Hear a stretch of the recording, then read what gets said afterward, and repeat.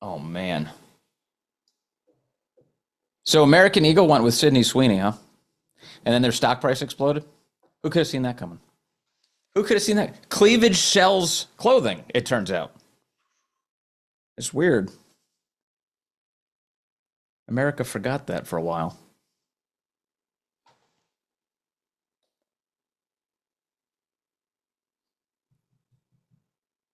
Hey, everybody. Welcome to Vince on a Friday. Great to have you with us. Boy, we've got a big show ahead for you. We're going to get into the latest out of the Epstein saga because Ghislaine Maxwell is now entering day 2 of meeting with Justice Department officials and telling them apparently everything she knows. We have actually some really interesting reports coming out about that. Also, who's the first to get the handcuffs in the Trump-Russia collusion hoax that the Obama administration has coordinated? Some names are popping right to the very top right now in terms of what can we do to go after these guys. And we will be joined by Erica Donalds today. She is the wife of Congressman Byron Donalds, an expert on education. And we have a lot of really important breaking education news, too. All great for the country. It's all ahead on this edition of Vince. As always, great to have you with us. Let me see here. We've got great sponsors who support this program, and that includes Patriot Mobile. Have you tried Patriot Mobile yet? They're awesome. You've got a lot of choices for cell phone service with new ones popping up all the time. But here is the truth. There's really only one that boldly stands in the gap for every American that believes that freedom is worth fighting for, and that is Patriot Mobile. The good news is you can switch to Patriot Mobile today without sacrificing any quality or service. If you're worried about coverage, don't be. Patriot Mobile uses all 3 major U.S. networks. If you have service in this country today, well, you'll have as good or better coverage with Patriot Mobile.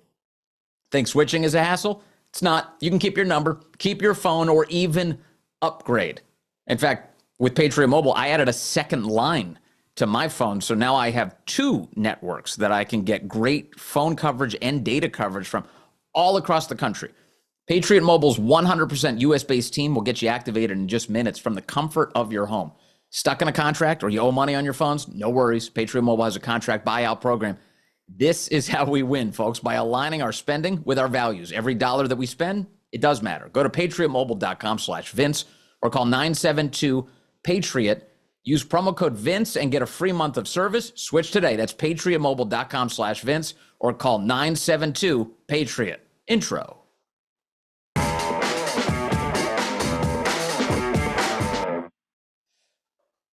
Yes, indeed. Yeah, that's how I trigger it. I just yell intro and it works. I don't know why. We added voice activation to the show. Yeah. It is great to have you with us. Should I start with Jerome Powell? I think the Jerome Powell story is honestly one of the funniest stories. Okay, good. Justin's a yes vote on that. President Trump paid a visit to the Federal Reserve building yesterday. And while he was there, he was surveying the construction that they're doing.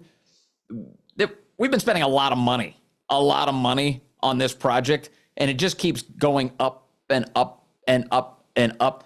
And so President Trump was standing there with Jerome Powell yesterday, and he points out right in front of the press that the cost overruns have been ridiculous, and both men are there. They're wearing their construction helmets to visit the work site. And Jerome Powell looks completely flattened by President Trump. He doesn't even know how to handle this tour de force as it arrives at the Federal Reserve building. Take a look here. Here's Jerome Powell trying to survive the Trump tornado. Cut 5. Here he is. So we're taking a look, and it looks like it's about 3.1 billion. It went up a little bit, or a lot. So the 2.7 is now 3.1.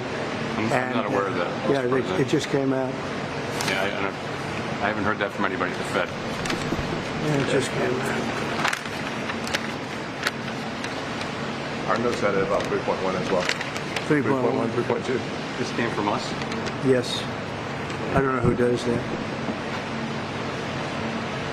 You're including the Martin renovation. You just added our entire capital. Yeah, you just added in a third building is what that is. That's a third building. Well, including no, the but Martin building. it's a building that's being built. No, it was built 5 years ago. We finished Martin 5 years ago. It's part of the overall work. But it's not new. So we're going to... These guys, I don't know. It's like a comedy sketch watching this. It's really funny. But the president is right to point out that the cost overruns have been absurd, and he shows this piece of paper it's got the receipts on it, showing just how dramatically more expensive it has been to build all of these ridiculous Federal Reserve buildings. Jerome Powell doesn't actually have a leg to stand on as he's there. He's like, no, that was a while ago. Dude, the cost overruns have been absurd, and it's your fault. And in fact, we have an update on that particular story this morning that comes to us from a great guy. His name is Mark Paoletta. He's a lawyer over at the Office of Management and Budget. He pulled the numbers on this because the left is insisting this morning that, oh, look at that, Trump getting owned by Jerome Powell. No, not at all. President Trump is 100% correct in the numbers that he used on his tour of the Federal Reserve Building yesterday. The documents, according to Mark here, with receipts, there's receipts here, you can see them. The documents show that the Federal Reserve Building's 2022 budget, it was adopted way back in 21, was supposed to be $1.4 billion for the Eccles in 1951 building of that project, and a total budget for all three buildings of $1.8 billion. But now they're more than $1 billion over cost at this point, bringing the renovation cost to $3.1 billion. So the president he visited the Federal Reserve Building to try to encourage Jerome Powell to get the job done quickly without any more cost overruns. Mark adds, thank you for your attention to this matter. Yeah, so he's got the receipt. So anyway, as you hear all of the chaos around this story and you're wondering who is right here, once again, the president was right, and he embarrassed Jerome Powell in front of everybody, which was really fun. I really enjoyed seeing that. He also had a great moment where he literally physically just slapped Jerome Powell in the back and told him, dude, you need to lower rates. You need to lower the rates. Here's President Trump yesterday, cut 6, telling Jerome Powell, now's the time. A long way to go. Yes, sir. So, President, are there things the chairman can say to you today that would make you back off some of the earlier criticism? well, I'd love him to lower interest rates. But other than that, what can I tell you? Boom, hits him in the back. I need you to lower interest rates, fella. That would be really good. Have you seen any of the memes from this, by the way? Have you seen all the memes going around? They're so good. The memes on this particular thing have just been wonderful. Here's President Trump and Jerome Powell. This one where he's, it's a Dilly meme team meme. Yeah, good job, Dilly guys. Look at this. Check this out. This came from us. Yes. I don't know who does that. Trump points at the paper, and for those of you listening on the audio podcast, it says, you're gay. The camera shot just zooms in on it. It says, you're gay, and it's Donald Trump's signature on the bottom of the paper. Here's another one. This one's great. Here's Powell's underwear just pulled up over his head. He's standing next to Trump. That's, I think, Polito Rican posted that one. The Rican memes. Congratulations. And then there's this one, I think maybe my favorite, from Il Donaldo Trumpo. Look at this. As a real estate developer, what would you do with a project manager who would be over budget? Generally speaking, what would I do? I'd fire him.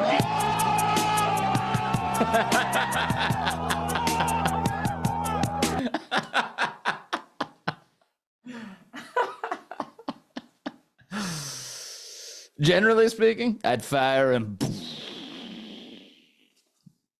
So good. Anyway, so it didn't go well yesterday for Jerome Powell, who should lower rates. You know, when President Trump was in office, his mortgage experts have been talking about this, the guys who handle the housing industry. When President Trump was in office, mortgage rates were down around 3%, actually, which was a great time to buy a house. Now they're around 7%. And Powell is stubbornly holding on to the rates, keeping them high right now. And the president keeps saying, you got to lower these bad boys. Right now, it appears that the way the president is handling this is he's keeping them around until his term expires in May. So that we've got some time left, but eventually Jerome Powell set to leave. But there's the president. There's the president showing up and dominating him yesterday in front of the cameras.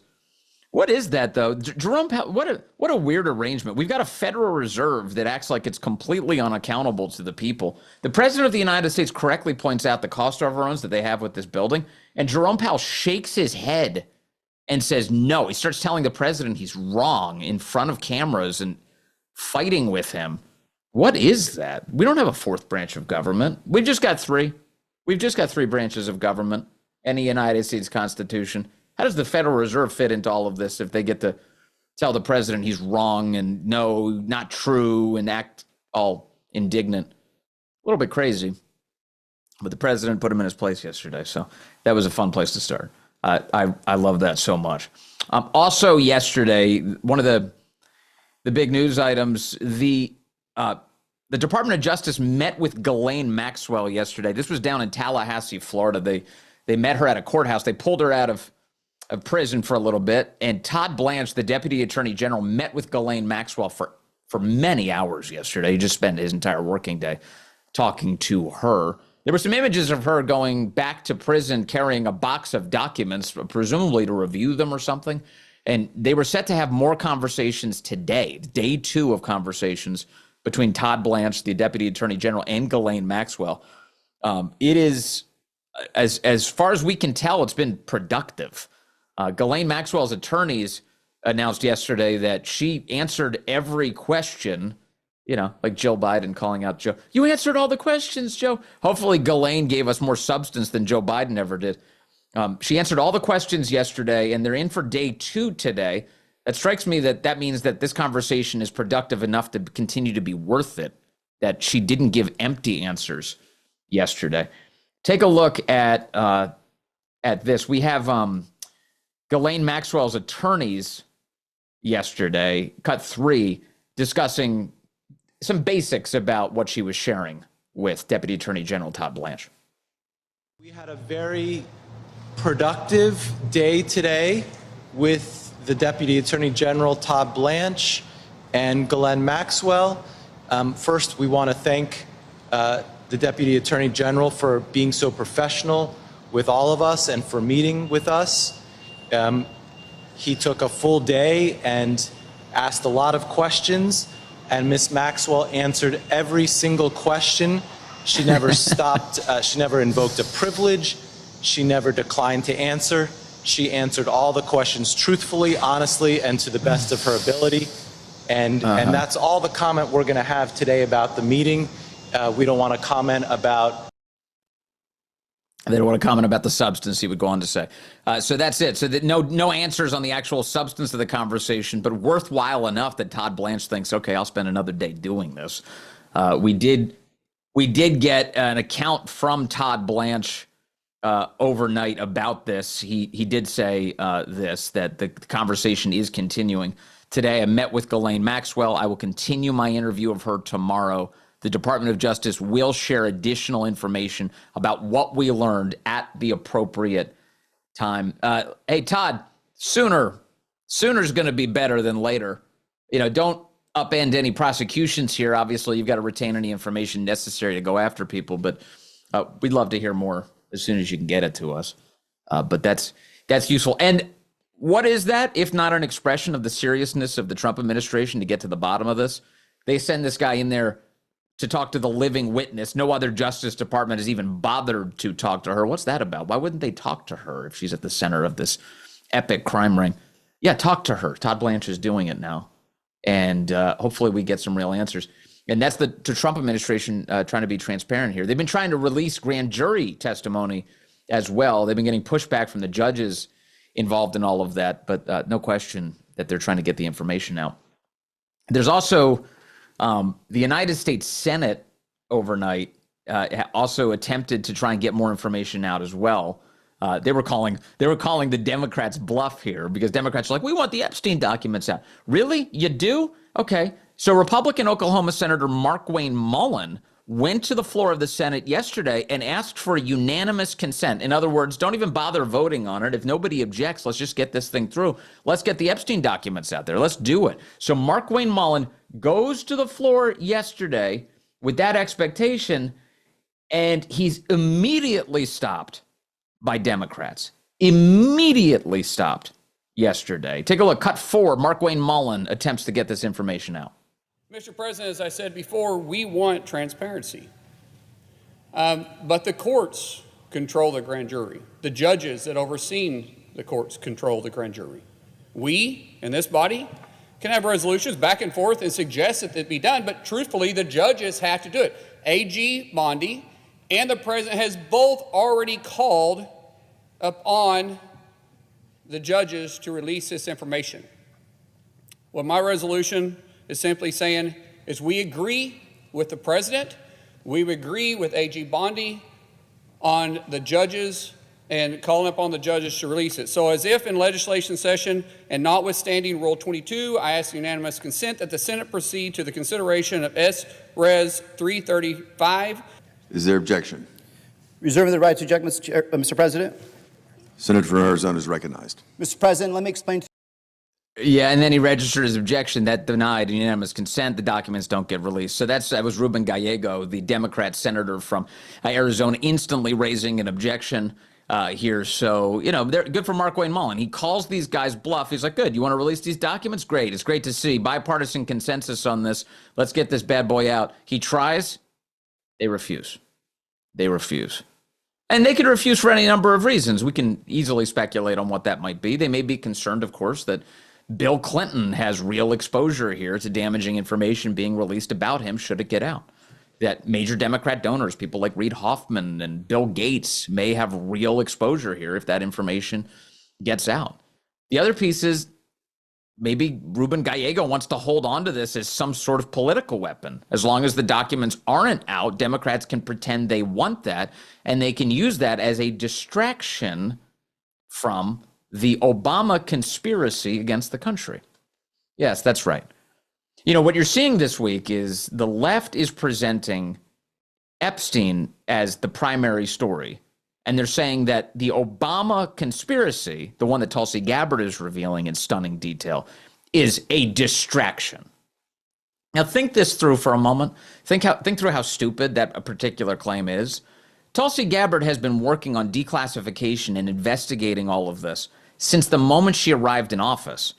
It didn't take her a week to come up with all of this. It wasn't like the Epstein story was big about, 2 weeks ago, 3 weeks ago, and all of a sudden Tulsi Gabbard just whipped up some sort of distraction in order to get everybody's eye off the ball. That doesn't even make any sense whatsoever.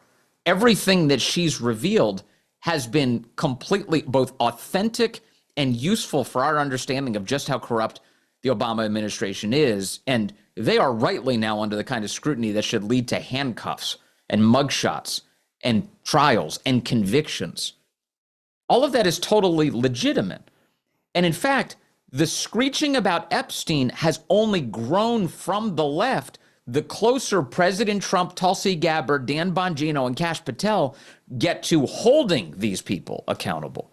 The closer we get to Obama world's crimes, the more we're hearing screeching from the left about Epstein. This morning, the left, of course, as you know, includes John Bolton. Bolton, who is a ridiculous human being, the human walrus, who came out yesterday, and he said the following.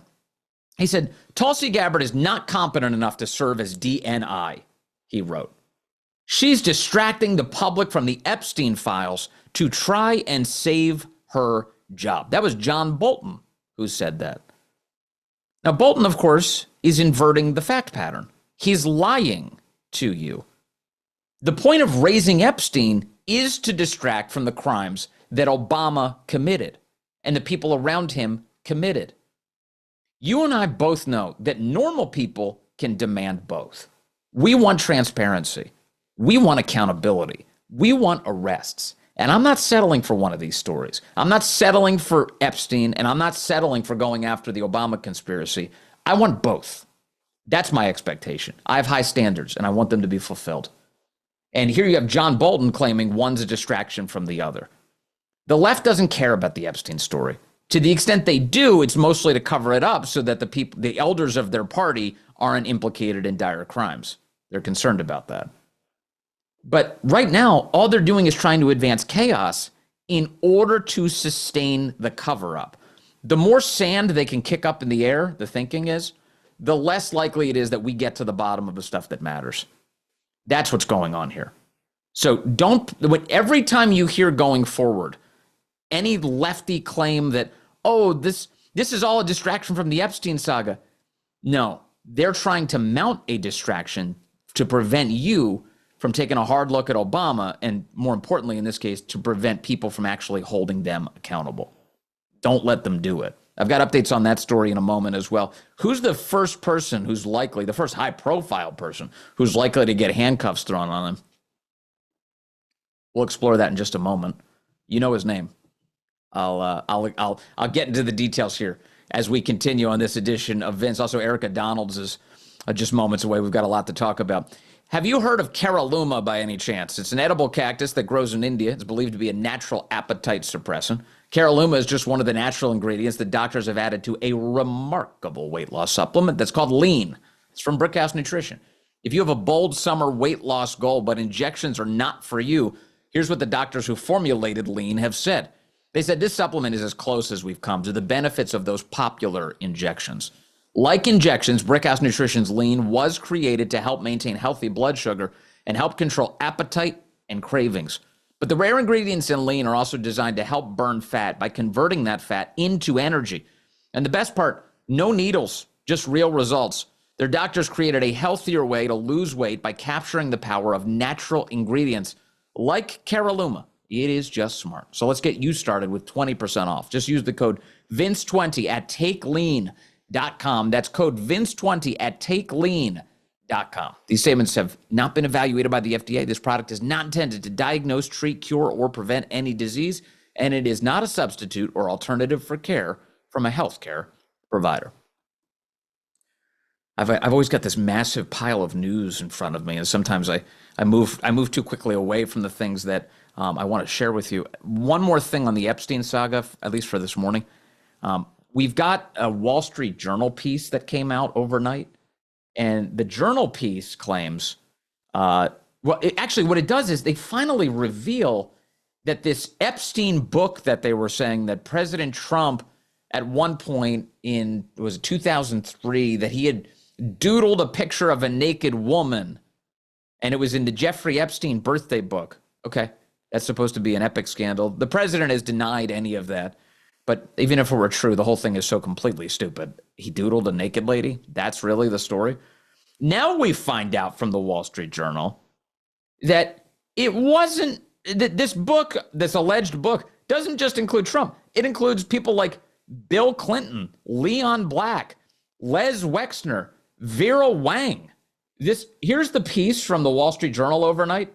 And they saved the Bill Clinton component of this until now. Jeffrey Epstein's birthday book includes letters from Bill Clinton, Leon Black, and they give us the Clinton letter. Here's what it said. The album, it was assembled before Epstein was even first arrested in 2006, included a page with a single paragraph in Clinton's distinctive scrawl. That is to say, Bill Clinton definitely wrote this, the Wall Street Journal says. It's reassuring, isn't it, to have lasted as long across all the years of learning and knowing, adventures and illegible word, and also to have your childlike curiosity, the drive to make a difference, and the solace of friends. The creepiest line in this whole thing, the creepiest phrase, is referring to Epstein's, quote, childlike curiosity. Childlike curiosity. A spokesman for Clinton declined to comment on the birthday message. So now they tell us that Bill Clinton was involved in all of this. I love how they saved that. Yes. Yeah, I think that Justin is picking up what I was putting down with the childlike thing. He said, I think he means curiosity for the childlike. Yeah. Epstein's a pervert. That's the summary. And Bill Clinton, I don't know what he's doing with that phrasing, but it ain't good. It ain't good. So there you go. So the Wall Street Journal finally revealing all of that. They saved. The question becomes, as my good friend Chuck Ross is asking this week, how long did they sit on all this information? They had all these details and they just didn't tell you until now? Look, here's Chuck Ross. The Wall Street Journal now reports that 6 people, including Bill Clinton and Vera Wang, signed the Epstein birthday book that Trump had allegedly signed. Either Wall Street Journal already knew this, but have been playing games, or their sources only just provided this key context. Yeah, there's some funny business going on here with this whole attempt to, again, mount a distraction. A naked doodle is not news. A naked doodle is not news. And yet they're trying to mount a distraction right as Tulsi Gabbard is exposing the entire Obama conspiracy. Now, on that story, who's the first? Who's the most likely to get the handcuffs first? Well, yesterday, I made, I think, a pretty strong case to you that John Brennan, the former CIA director, is well established on record as lying about their attempts to pull off this hoax. Because he claimed over and over, both in congressional testimony and in media interviews, that they never tried to use the Steele dossier to justify all of the ridiculous investigations into the Trump campaign and the claims that Russia tried to steal the election on Trump's behalf. He claimed, we never used it. It was never a part of the assessment. Tulsi Gabbard, of course, revealed this week, Brennan's lying. In fact, she said that out loud. She said, Brennan is lying to you about this. They definitely used Hillary Clinton's fake opposition research as the entire meaningful basis for the intelligence community assessment. And that brings us to not my assessment, but a legal assessment from Jonathan Turley this week. He says, John Brennan may be the guy with the most obvious legal culpability in this scheme. Here's cut one, Jonathan Turley saying, John Brennan is in deep kimchi. The court on this? Well, Jason has a very good point here, and he's walked the walk. He's been there in Congress and trying to get this information. And it does appear that a couple of these figures may have committed perjury. I think the most vulnerable may be Brennan, who's like a 30-point buck now out in the open. I mean, this stuff goes directly to information that he gave to Congress. It seems to be in contradiction. And so there are real questions here. I mean, people talk about, well, you can't charge Obama. That's very likely the case. He's probably protected. But these individuals, whether it's Comey or Brennan, are not protected from perjury charges if the statute of limitations has not run. They are more likely to be called again to repeat prior testimony. Okay, a couple things. One, John Brennan may be the ugliest 30-point buck that anyone has ever seen. That guy just has a face that not even a mother could love. Ugh. He looks like a catcher's mitt. And then the other piece there is you heard Turley talking about like whether the statute of limitations has run on perjury and whether these guys could be hauled in again and maybe they'll perjure themselves again. They should be called in. Just keep stacking up the potential charges on top of these. What are you doing showing the clip of Turley? Why is Turley on screen? I'm talking about Brennan. You going to show Brennan's face? Is that what you're trying to do there, Justin? No, that was Turley. I saw a picture. I saw Turley's a smiling face on screen just now. You cut to the wrong frame. Yeah, I don't want to accuse Turley of looking like a catcher's mitt. I'm talking John Brennan. Yeah, hold on, says Justin. There you go. No, not Turley. Brennan, what are you doing, Justin? What kind of operation are we running here? This is crazy. Yeah. There's Brennan. My buddy Chris Plant calls him penitentiary face John Brennan, which is really funny. I love Chris Plant's the best, and he's right about that. That face. We need to complete the set. We need to match it up with a prison cell somewhere. There he is. But the other piece here, what Turley's talking about, is going after the statute of limitations issues here. I want to remind everybody that the statute of limitations on conspiracy, that keeps going from the last overt act in furtherance of the conspiracy. So 5 years every time from the last overt act in furtherance of the conspiracy. And that can include public denials. So all this week, you've been hearing from people like Brennan. You've been hearing from Barack Obama's spokesman, people saying that Tulsi Gabbard is crazy. She's lying. There's no truth to this. This is fantastical, and on and on and on.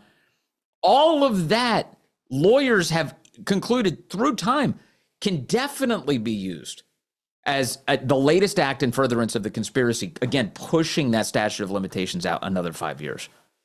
So a lot to work with here by the guys who are pursuing all of it. And you can tell, we've been through this before. The louder they screech, the more over the target we are. So glad to see Tulsi Gabbard sticking to her guns here as she goes after these guys. And John Brennan would be a big takedown. That would be quite the 30-point buck to get that guy's head on the wall. That'd be a big one. So we'll see. We'll see. You think Kash Patel and Dan Bongino want to get John Brennan in handcuffs? Do they go to the arrest, do you think? Like, if that actually happens, do you think one or both of them? I feel like Dan is going to want to do that. Show up and put the handcuffs on him. We will see. That could be amazing. At any rate, we've got a lot to get to. Coming up here, Erica Donalds is going to be with us. We're going to talk education with her. The Trump administration has done something amazing. After years of us wasting money on institutions that don't educate anybody, they just propagandize them and turn them into little radicals. All of a sudden, these big universities are coughing up hundreds of millions of dollars to the United States Treasury, which is remarkable. Just remarkable. We'll get to that coming up with Erica Donalds. Before we get there, though, I do have to ask you, what if you could delay, speaking of payments, what if you could delay your next 2 mortgage payments? That's right. Imagine putting those 2 payments in your pocket and finally getting a little bit of breathing room. It's possible when you call American Financing today. If you're feeling stretched by everyday expenses, groceries, gas, bills piling up, you're not alone. Most Americans are putting these expenses on a credit card.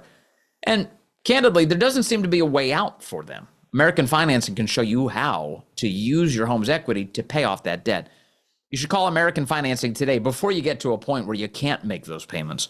Their salary-based mortgage consultants are helping homeowners just like you restructure their loans and consolidate debt, all without upfront fees. And their customers are saving an average of $800 a month. That's like a $10,000 raise.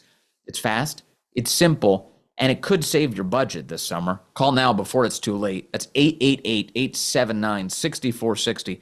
888-879-6460. AmericanFinancing.net/Vince. NMLS 182334. NMLSConsumerAccess.org. Yes, indeed. Also, I should tell you about Blackout Coffee, which fills my cup and energizes me each and every day. Blackout Coffee is awesome. Look, John, the owner at Blackout Coffee, I got to meet him, speaking of Dan Bongino, when we did the big handoff down in Florida. Oh, and I'm heading back to Florida. I've got news to share with you on that. I'll get to that. We'll get to that. But I met John while I was down there. And ever since then, I've been in touch. He's a great guy, and he's actually built Blackout Coffee from the ground up. He refuses to compromise on quality or values. This Blackout Coffee is America First coffee. It's roasted fresh right here in the United States. There's no woke nonsense, just bold, strong coffee for people who actually get stuff done. And you see, Blackout Coffee has been the official coffee of all of us here at Silverlock. This is a brand that not only stands for the right values, but energizes the people who like to talk about them. And they make a great cup of coffee. I drink my coffee black, so Blackout Coffee is for me because it's delicious. Here's the deal. John is hooking you up as well. Head over to blackoutcoffee.com/Vince. Use the code Vince. That's VINCE. And you're going to get 20% off your first order. Whether you like whole bean ground or even instant coffee that doesn't suck, Blackout Coffee has you covered. Yes, they do. They really do. blackoutcoffee.com/Vince. Use the code Vince and get 20% off your first order. That's blackoutcoffee.com/Vince. Thank you to Blackout for supporting the program. Appreciate you guys, as always. Okay. I am very happy to say that we have joining us now, the great Erica Donalds is here in the house joining us. Erica is Byron Donalds' wife, as she describes it on her Twitter account. She's a boy mom as well, an entrepreneur, and with the America First Policy Institute working on education as well. You really do it all, Erica. Great to have you with us today. Thank you. I appreciate you having me. We've got a lot of education news actually this week, so it makes it a timely opportunity to chat with you. The President of the United States, the Trump administration, has successfully scored a $200 million payment out of Columbia University. People will remember that Columbia has been in utter chaos as left-wing radicals have been taking over the campus and then committing acts of bigotry against their fellow students. Give us your sense of what this means. It does feel like something's changing. Certainly the tide is turning. This is a huge win for the Trump administration and Secretary McMahon, with Columbia agreeing to not only that $200 million fine, but a myriad of concessions centered around those anti-Semitic activities on campus. One of them being, of course, ensuring that students who are inciting violence or vandalizing the campus are appropriately punished for doing so. Other protections for our Jewish students who have been bullied and harassed on campus without any recourse. Things like also making sure that these vandals and protesters do not have masks on their faces, concealing their identities so that they cannot be held accountable in the future, but eliminating DEI programs and racial quotas that Columbia and other elite universities had in place, and also ensuring that all of their admissions are done based on merit. It seems like we shouldn't have to talk about these things and agree to them in massive lawsuits, but here we are. Yeah, no, and also this is common sense, and this is following the law. It's not like obviously the president is enforcing it here, but this was already the law. You're not allowed to be bigoted and receive federal dollars.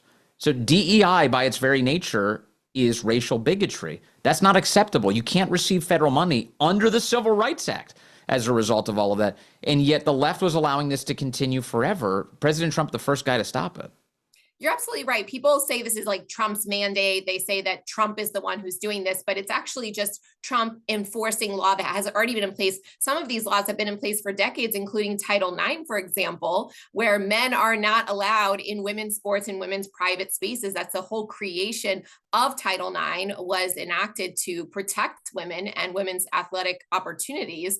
And yet the Trump administration, being the first, especially after President Biden, President Obama, to actually enforce these federal laws, also the Supreme Court upholding that affirmative action is discriminatory within itself. And yet these institutions were being allowed to continue those race-based admissions. President Trump, of course, laying down the law, so to speak, and making sure that those do not continue, really changing the entire trajectory of these schools and hopefully bringing them back into a focus on meritocracy and ensuring that they are protecting American interests. So Columbia coughing up $200 million, I can tell you, I'm already sensing it. This is scaring the hell out of every other university now, because they're looking, that's the precedent, $200 million. And we have reports this morning is that the Trump administration wants more. Columbia is just the beginning. They're going to go after a bunch of other very high-profile institutions. And the golden goose here appears to be Harvard. The Trump administration wants a big paycheck from Harvard. Do you think they'll get it? Well, our federal tax dollars have been propping up Harvard, even with their $52 billion in the bank in their endowment. And we've been doing so in a way that has upheld anti-American interests, as we've seen with Harvard and their activities. And instead of negotiating with the Trump administration the way that Columbia has, Harvard has doubled down. They're suing the Trump administration. They're demanding that their research funding continue, the billions of taxpayer dollars. They're now under investigation by the State Department. Marco Rubio announced this week for their activities related to foreign student visas and whether they are being transparent in following federal law in their ability to issue those foreign visas to students. So unfortunately, we're seeing two dichotomies here. We're seeing Columbia cooperate with the administration, come to an agreement, pay the necessary fines, and move forward, whereas Harvard is digging in their heels. They don't want to make the necessary steps to protect their Jewish students, to combat anti-Semitism, violence on campus, and they still want that federal paycheck and the federal dollars that go with it. Well, they've got a formidable opponent in President Trump. We'll see how that settles out. Speaking of the president and education, the big, beautiful bill just became the big, beautiful law recently. And obviously the top line items include that the rest of us get to keep our tax cuts from 2017. We get a couple extra tax cuts piled on top, which is wonderful. And we get a lot of border security and immigration enforcement in the country. But I think people may have lost that in this law are also some big educational wins. Give us a sense of what's inside the law for American families. huge wins, actually, not just for American families, but for President Trump, who promised that he would enact school choice at the federal level. He is now our school choice president because we have the largest expansion of school choice in history with a federal tax credit scholarship program, which allows every individual taxpayer in the country, if you pay more than $1,700 in taxes, you have a dollar for dollar credit, not a deduction, but a credit. You can donate those funds to a scholarship funding organization. Those scholarship funding organizations will need to get them approved in all 50 states, which is what AFPI is going to be working on. But they will be able to turn those donations into scholarships for students to attend private school, for homeschool expenses, tutoring, special needs services, really an expansive list of accommodations and tuition payments for families across the country to get the education freedom that they deserve. This is going to be absolutely huge. It goes into effect 1/1/2027. That's when those donations can start rolling in. And in 2027, we will have those first federal tax credit scholarships in families' hands. And this is at what levels of education? This is K to 12, these tax credit scholarships, although they can be used to pay for dual enrollment and certifications, CTEs, career and technical education. Another thing in the Big Beautiful Bill in regards to K-12 education was the expansion of 529 accounts and allowable expenses. Some of you might have 529s, and they were able to be used for private school tuition up to $10,000. That's been lifted to $20,000 and now also includes not just private school tuition, but homeschool expenses, curriculum, online courses, tutoring, dual enrollment, similar types of expenses that are allowing families to customize their children's education with these programs. It's amazing. So it is achievable at the federal level. He just did it for us to have access to some of the money that we're putting out in order to choose where we send our kids to school. Because, one of the challenges, for so many families is when the government schools suck, they try and turn to the private schools, and then they end up sort of double paying. They pay for every other kid to go to the government schools, and then they have to pull out of their own pocket to pay for their kid to go to a better, more acceptable private school. It seems like it goes a long way to fixing that problem. Well, in the states, we're continuing to expand universal school choice and formula funded choice. It's important to have that aspect when it comes to the state choice programs like we have here in Florida, where if I choose to take my child to a private school and I get the scholarship to go with it, that the district school, the government run school, loses those funds. If you don't have that formula funding at the state level, then you don't have that free market competitive advantage that's going to benefit all students. If they're not losing any money when they lose kids, they're not going to make any changes to improve the system. So it's so important as we're enacting, and now we've enacted 17 states, universal school choice and growing, that those policies are made so that free market competition is actually working in the states. And to your point, the money follows the child. All the money follows the child. We've got more work to do, but we've come a long way. What do you think the president and the education department should do about school districts who remain in open revolt against students and families? Because there are a number of school districts I can point to across the country, especially in left-wing areas where, of course, where they're still pushing DEI garbage on the kids. They're still pushing transgender garbage on the kids. They're forcing them to consume disgusting pornography in the classrooms. The federal government has a lot of leverage here. I can think of one example nearby where I am, Fairfax County, Virginia. They take $50 million a year in federal funding. I mean, if the president wanted to, he could snap his fingers and say, you don't get it anymore. Should they do that? Should the Trump administration do that? They absolutely should. They're threatening to do so with California because California has refused to follow Title IX in keeping men out of women's sports. And now they're being investigated by the DOJ. I don't think we should slow walk this. I think just as you said, we should immediately cut off funding as soon as we are able to and confidently have it upheld in court, because we have to make an example out of someone or multiple districts to show you are not entitled to this federal funding. The only way you get federal funding from the American taxpayers is if you are following the law and if you are upholding American interest in protecting parental rights. When you refuse to do those things, you lose the privilege of having that additional federal funding, and you're on your own as a state when it comes to education funding. Trump absolutely, and Linda McMahon, I believe that they want to do this, and I believe they will do this if there are schools and districts that continue to buck the law. We also, though, now have the ability, thanks to the Supreme Court decision in Mahmoud, for parents to opt out of individual lessons. And if parents have an issue with opting out of any questionable content, not just sex education, but any content across the curriculum, I encourage them to reach out to me at America First Policy Institute, because we will help defend them legally. That Supreme Court case, by the way, came from another D.C. suburb. That was Montgomery County, Maryland, where that was happening. And that was Muslim parents who were like, I don't want my kid in this crazy lesson. And the schools were forcing them. And the parents won big at the court, thank God. But I think I've been advocating for a while. I know this maybe is crazy or whatever, but I don't care. I want President Trump to go to a school board meeting and strip their federal funding right there. Like, I think he should go just to send a message to every other out-of-control school board across the country. I think it'd be wonderful. It sounds like a great photo op for sure. And I would love to see him do that, especially for those that are so badly behaving. I mean, we watch them completely disrespect parents. They're allowing materials in their schools that can be read at a school board meeting. Maybe Trump could read some of those materials while he's at it, at some of these school board meetings, while he's taking away their federal funding. But they absolutely should lose funding. They have to be held accountable. Parents have been waiting for this. Yes. We've been watching them completely buck the federal law and parents' rights, and we've had enough. So we're ready for that accountability to come.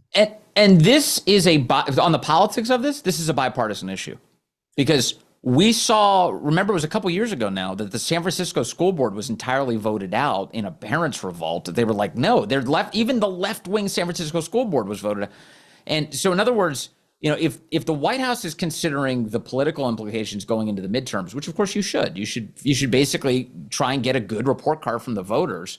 If that's what you're considering, baby, take on the schools issue. It's a great one, and all normal people are on the side of decency. Absolutely. The men and women's sports issue is now a 90-10 issue, not even an 80-20 issue. It's amazing that the Democrats continue to cling to that radical position when it comes to the questionable materials, especially radical gender ideology materials and pornographic materials in schools. Also an 80-20 issue that Republicans are winning.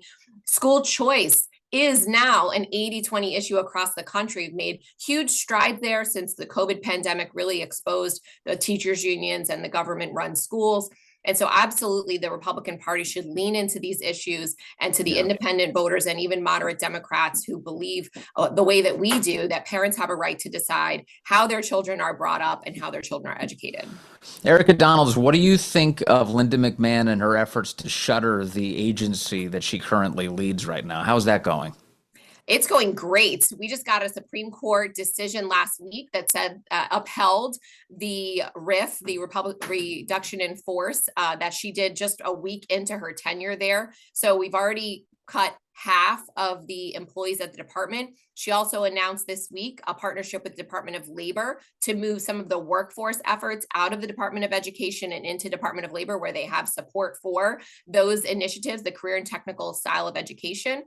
We're also talking about moving the student loan portfolio off into Treasury or Small Business Administration. So little by little, she is enacting exactly what President Trump promised, to get rid of the Department of Education, get rid of that federal bureaucracy that promised to the teachers union that has done nothing to deliver on academic achievement, but has just pushed money around and frankly wasted it on things that the American people just don't want anymore. Yeah. Maybe we should cut it through rescissions too. We could trim it down a little bit. That's exactly what she actually was talking to Congress about, some of the rescissions that will be coming in the next rescissions package related to the Department of Education. Well, that's great news. I love that. Well, Erica Donalds, thank you for just being so versatile and covering all this stuff on education, because it matters so much to so many Americans. Thank you very much for your time today. I really look forward to speaking with you again. Thank you. I'd love to come back. All right. That's Erica Donalds. She's great. And man, we covered a lot there. But yeah, don't you think, Chad, President Trump should go to a school board meeting and just announce on the spot that he's stripping all of the federal funding from that school district until they obey? And when I say obey, I mean obey federal law. Very simple. No more putting pornography in the classroom. No more treating boys as if they're girls and vice versa. No more screwing with the sports teams. No more deceiving parents, lying to them. No more of that. No more meddling with American families. It all has to stop. In fact, don't just want federal funding stripped. I want prosecutions for the people who to do those evil things. But man, I think it'd be great. Don't you think? Yeah. Yeah. Okay. You guys are in. Yeah, I think so too. And the president wouldn't have to travel far for it. It would be a boss move. I agree. The president wouldn't have to travel far for that. He could just go outside. They could throw him in the Beast, drive him to Fairfax County, drive him to Montgomery County, or get in Marine One. It's a short helicopter trip, land in some baseball field and walk up to the school board meeting and wham, bam, thank you, ma'am. No more federal funding to that corrupt place. It'd be good. And it would send a really clear message to the whole country, a really, really clear message to the whole country that this will not be stood for anymore.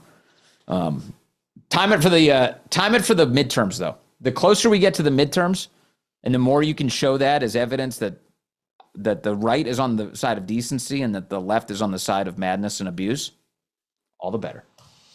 All the better. Hey, a couple of items for you, and then I've got a programming note for you about what's coming in the next few weeks here on this program. We do say goodbye to Hulk Hogan this week. Yet another legend has passed away. And he passed away at the age of 71 yesterday. He was at his home in Florida. And we have, first of all, just like a reminder here of Hulk Hogan. I guess the last time most of us got to see him was at the Republican National Convention.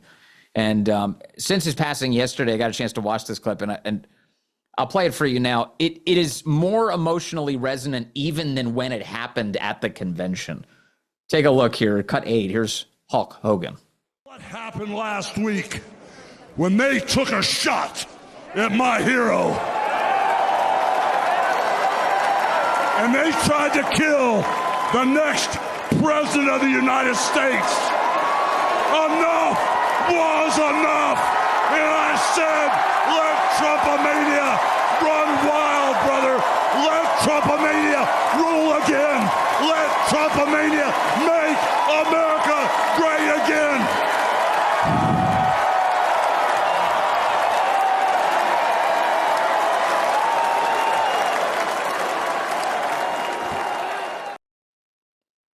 Man, that's so cool. That was so cool to see at the time. I was talking to producer Jim about this yesterday on the radio show. Jim was there. Jim was in the room. He was seated 6 rows behind the president of the United States there.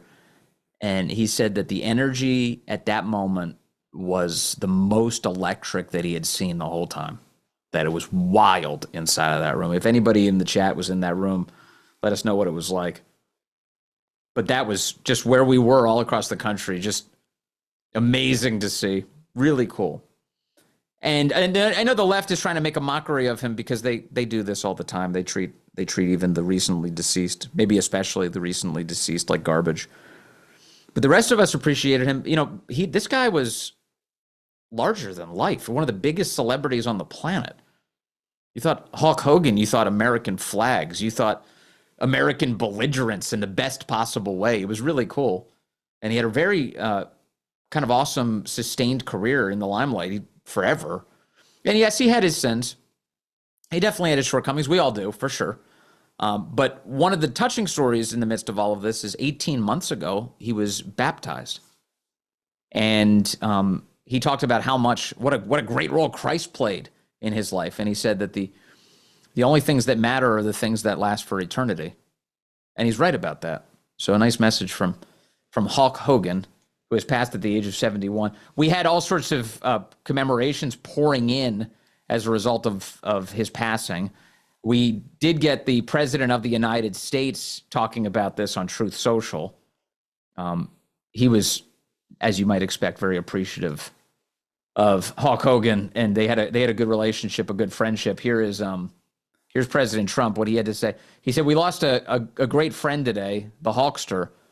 Hulk Hogan was MAGA all the way, strong, tough, smart, but with the biggest heart. He gave an absolutely electric speech at the Republican National Convention. It was one of the highlights of the entire week. He entertained fans from all over the world, and the cultural impact he had was massive. To his wife, Sky, and family, we give our warmest, best wishes and love. Hulk Hogan will be greatly missed," says the president. J.D. Vance also offering a commemoration, saying he was a great American icon. And he also said that the last time they talked, they were planning on getting beers together the next time they see each other. J.D. Vance says the next time is going to have to be on the other side. Rest in peace, he writes. And then one of my favorite reactions was from Tom Homan yesterday. Tom Homan, the border czar, was asked if he had a favorite Hulk Hogan moment. And here is cut 9, Tom Homan saying that he actually named one of his dogs after the Hulk. Tom, a longtime friend of the president passed away today, Hulk Hogan, dead at 71. Do you have a favorite Hulk Hogan memory? I love Hulk Hogan. I had an Italian Mastiff dog, 200 pounds. His name, Hulk Hogan. I had an Italian Mastiff dog, 200 pounds, and he named him Hulk Hogan, which I think is amazing. Jenny Terre is a New York Post reporter and a friend. She's great, and she has this scoop today. You ready to see Hulk Hogan video chat? This is for Rumble. Take a look at this thing. That dog is the 200-pound Italian Mastiff. Look at the size of this. It doesn't even fit on the screen. I'm just trying to... 200 pounds. That is an epic dog. That's the most Tom Homan dog I've ever seen in my life. That's just fantastic. That's a big boy. Good boy. Can you imagine? Anyway, so 200-pound dog. That's like the dog from The Sandlot. That's a big dog. So rest in peace to Hulk Hogan. And I presume also Hulk Hogan. The way Tom was talking about his dog in the past tense, so now they've both passed. Rest in peace. Okay. Let me see. What do we have time for? Should we talk about American marketing, Justin? Do you think we should get into that detail? America is back, baby, says Justin just declared. Here's the thing. We're getting, the American advertising industry has completely lost its minds, at least for years. I don't know what it was like when you were a kid. It really depends on your age. But there was a time when the marketing in the United States recognized some very simple things, like hot chicks sell products. That used to be a very basic, understood principle. But it got lost in the Obama era. We were served up all of these like weird ads with non-binary freakishness, and we were told that was the way that products were going to sell. In fact, do you remember a couple years ago that the car retailer Jaguar, they began using non-binary people doing sort of weird interpretive dancing as a way to sell cars?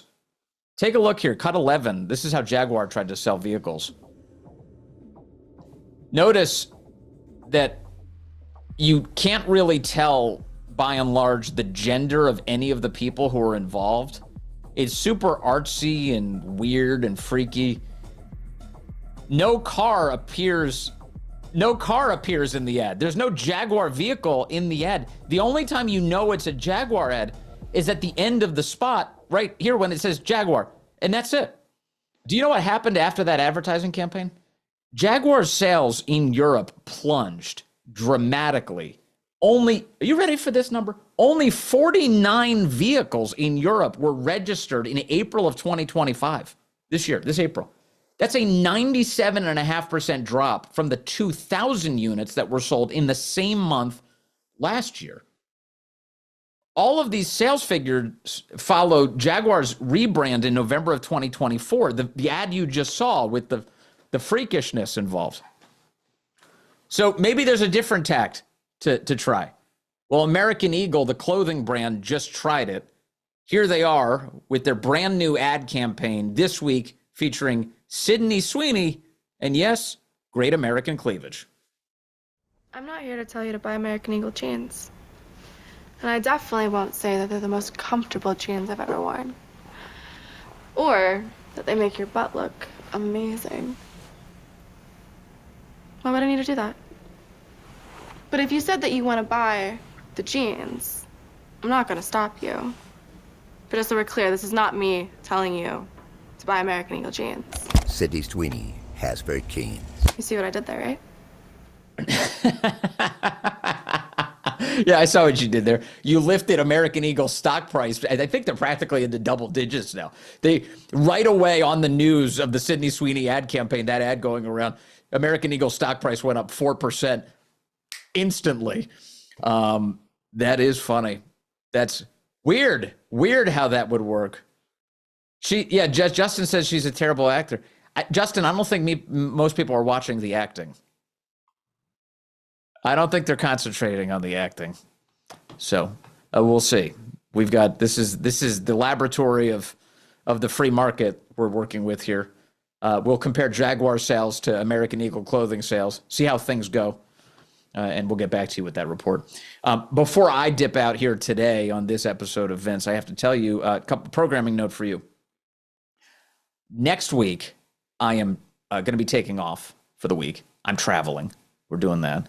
I'm preparing. We're preparing some shows for you throughout the week, so do stop by. I think we'll have some content for you, at least for a couple of the days next week, including I have a great conversation, as I expect to have, with Sean Davis coming up on Monday. We're going to get into Obamagate, so I've got a Monday show for you at the very least. And then the reason I'm traveling is, first of all, to get a little time with my family, but also because the following week I'm doing all of the shows from the Silverlock Studios in Florida. So I'm going to be in Florida. I'm going to be hanging out with the guys. I've already promised some cigars and some bourbon with Justin. It's going to be awesome. We're going to have a huge lineup of great guests coming in. So I'm very much looking forward to that. And I'm always grateful to you. Look at it. It's just waiting for me. It's just waiting for me. All Haley's stuff is there, which is cool. I'll just do the show in front of Haley's stuff. Haley's got a great setup there. But Haley's going to share it with me. So I'll show up to the Silverlock Studio. We'll be doing it there. It's going to be great. And I'm really looking forward to it. Thank you, guys, the best damn audience in media. You're really great. And, this was a fun show.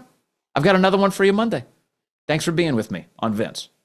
Coming up next here on Rumble, I presume it's Tim Pool today, Justin. Oh, is it Crowder on a Friday? You know, I never really can keep track. But I tried to. Here he comes, Steven Crowder.